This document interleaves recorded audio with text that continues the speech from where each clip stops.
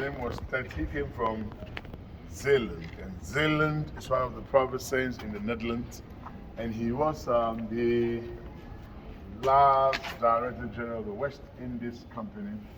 He arrived here on the 16th of January, 1758, died on the 12th of March that same year. At the age of 41, he was buried here. He died out of malaria or yellow fever. And at that time, there was a missionary.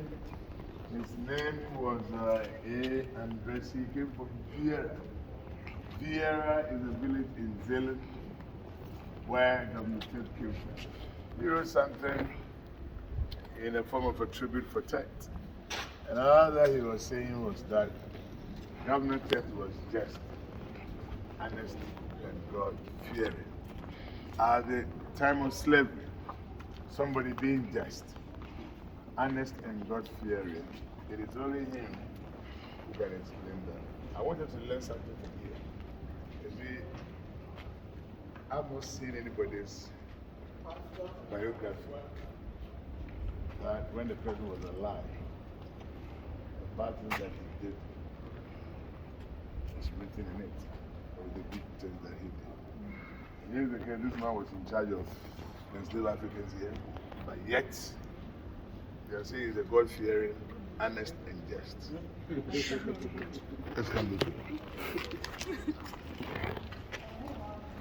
The time various African countries started getting their independence, every nation has been trying to bring Africans in the other part of the world today to see themselves as one people. And in the early part of 1990s, during one of the Pan-African Historical Theatre Festival, Panafest, and the theme for celebrating the Panafest was the re-emergence of African civilization in United African family in the diaspora. At that time, there was a ceremony held here in Ghana called Fiyankra, which simply means that when they were going, they never had a chance of saying goodbye. After that ceremony, led by the president of the National House of Chiefs, the late Nana Odro Enima Paul II, went to some chiefs of Africa, to the United States of America, precisely New York, had discussions with Africans over there. And when they came back, this plaque here came up, further serving as a mission statement of the tour of the castle. And as we walk to the dungeons today, as an Africans, it ought to be in the everlasting memory of the sufferings of our ancestors. And this should compel all of us to pray for all those who died to rest in perfect peace. May those who love to return find their root. May man never be given the chance to commit such crime against man. Every one of us needs to uphold us. So as we go out of the castle, we carry the responsibilities that wherever we find ourselves, that fight against injustice, so that evils of such nature never again be repeated. Each and every one of us has a role to play. So please play your role very, very well. And I believe when we do that, we give a meaning to the tool. Dr. Martin Luther King once said that injustice anywhere is a threat to justice everywhere. From here, you walk straight to this very first cell for me. But don't forget, I will lock you up. So, hey. Yes, I will. For sure.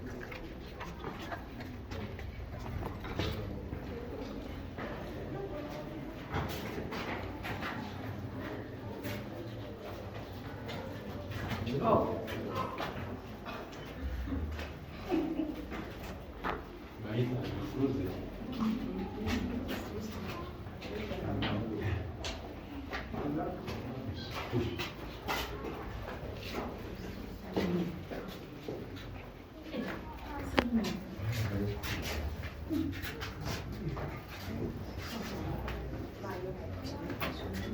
European soldiers who got themselves drunk and misbehaved or who went out there seeking permission from the authorities, they sent them in there for some hours and free, and the gunpowder for those people was well ventilated.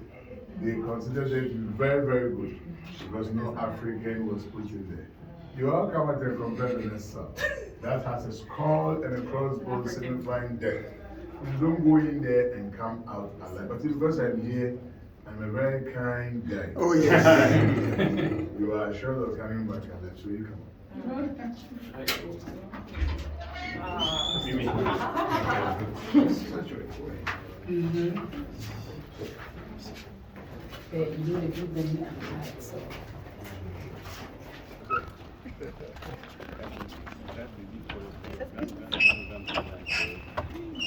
So, that was for the Africans. We were fighting with the Europeans for them to release them. Today, when they called on the freedom fighters, they sent them in there, no food, no water. The minimum is 3 days, you are gone. This wall, the other one over there, were constructed by the Dutch to strengthen the walls of the castle. The metals, the police were climbing it up and down for exercise. At the center, the Portuguese church. Portuguese were Catholics, Dutch were not Catholic. Dutch were Protestants, so they divided it into two. Awesome. They used to talk at the junior soldiers' mess. Oh, yes. Where the junior soldiers were eating and drinking down at Hall of Trade, where they were buying and selling slaves. When the British took over this as classroom, but today it's a museum, but the Dutch, they went on top of the women's dungeon to go to their church, which you have to see very, very soon. Let's come up this way.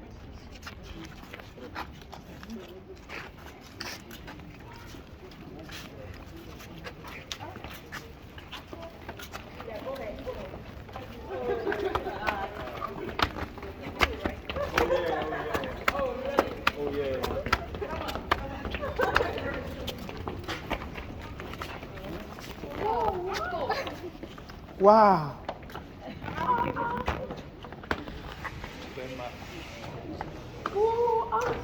Oh, yeah.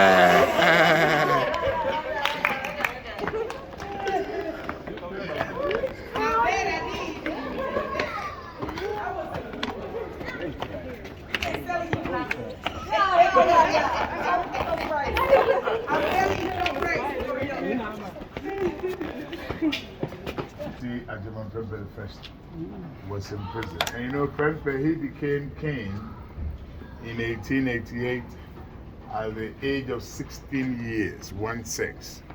He met a treaty signed by his predecessors to pay 50,000 ounces of gold to the British as war indemnity fund. He paid off and paid the rest in installments.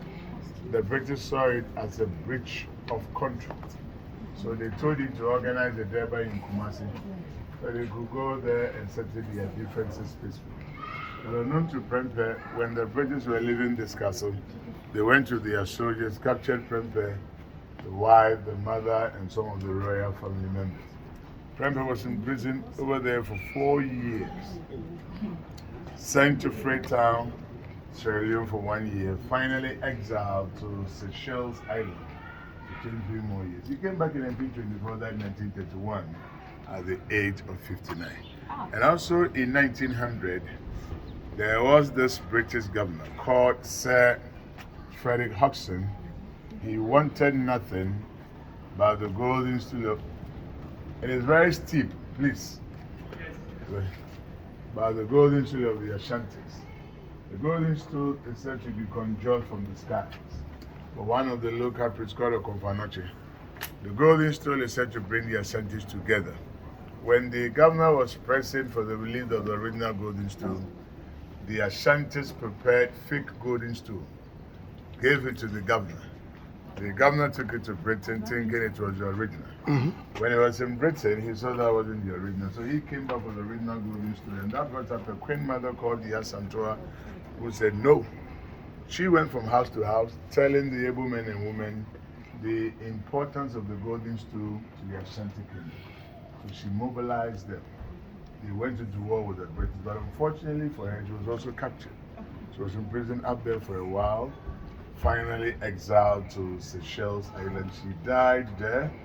Her remains were brought back to Ghana in the year 2000, and a big funeral was held for her.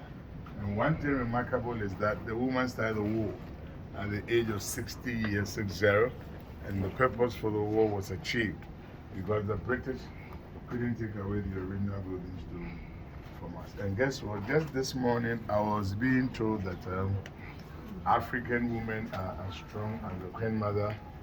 Yes, and was that true? Then it makes you very, very careful.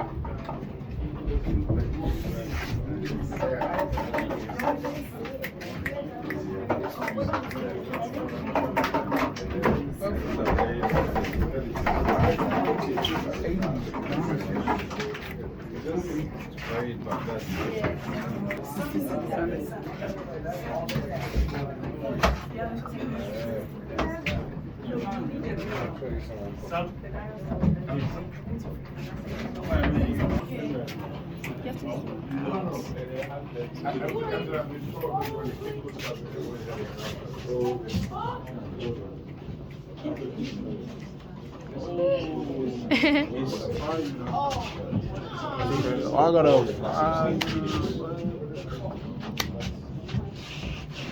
Hey, listen, give me. It legitimately says no for chocolate. It literally says no photography. I don't know if the camera heard me. It says no photography, bruh. Yeah, yeah, we're not again the same time.